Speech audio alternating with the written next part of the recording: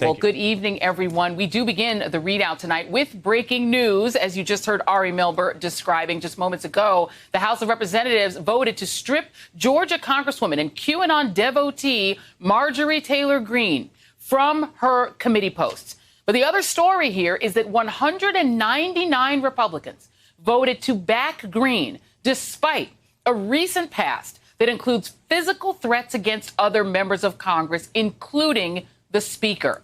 It is another chapter in the tale of two parties, one focused on accountability and one that cowers in fear of its apparently extremist base. The sad truth is that Democrats in Congress had to discipline Margie Q. Greene because House Minority Leader Kevin McCarthy was unwilling to do so himself. McCarthy was willing to hold a secret ballot on the fate of Republican Congresswoman Liz Cheney, his own third in command, who received a resounding, if anonymous, show of support to remain in Republican leadership last night. But he couldn't muster the courage to reject the QAnon Congresswoman. With this vote tonight, House Republicans, many of whom stood up and gave Greene a standing ovation in a caucus meeting yesterday, will now be defined as supporting someone who backed calls for assassinating Speaker Nancy Pelosi and threatened the non-white women members of the squad in social media ads.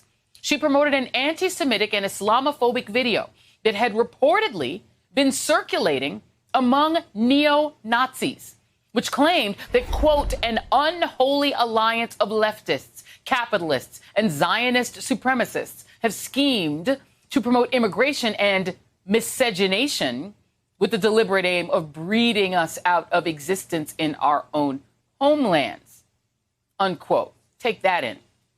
Mother Jones revealed that Greene was a moderator of a Facebook group that was a hotbed of violent and racist hate speech. One user posted this image of a noose in that forum with the comment, "Start with Hillary and Obama." Greene backed the conspiracy theory that the Parkland school shooting was staged. And she physically harassed an 18-year-old survivor of that shooting, David Hogg. She even said there's no evidence that a plane hit the Pentagon on 9/11. And just last month, she sat down with right-wing British columnist Katie Hopkins, expressing solidarity with someone who has compared African migrants to Britain to cockroaches. And all of this represents just a fraction of what Ms. Greene has said she believes. However, with her committee assignments on the line today, she tried to walk back at least her support for QAnon. I stumbled across something, and this was at the end of 2017, called QAnon. And I got very interested in it. So I posted about it on Facebook. I read about it. I talked about it. I asked questions about it. And then more information came from it. The problem with that is, though, is I was allowed to believe things that weren't true. Later in 2018, when I started finding misinformation, lies, things that were not true in these QAnon posts, I stopped believing it. Allowed by who?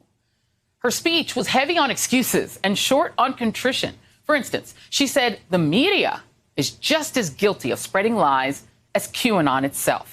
And as if to advertise that her faux contrition on the House floor was a fraud. Just this morning, Greene played the victim in a fundraising appeal, repeating the very same kinds of lies and conspiracies about members of the squad that got her in trouble in the first place. The gentlewoman for Georgia, as we speak, continues to fundraise off these disturbing remarks. I'm not sure what she said to the Republican conference last night, but just last night she tweeted about raising $175,000 off of this and said, quote, "We will not back down, we will never give up." That's not contrition. Hey, thanks for watching our YouTube channel. You should know that you can follow today's top stories and breaking news and catch up on your favorite MSNBC shows all in one place. Download the NBC News app today.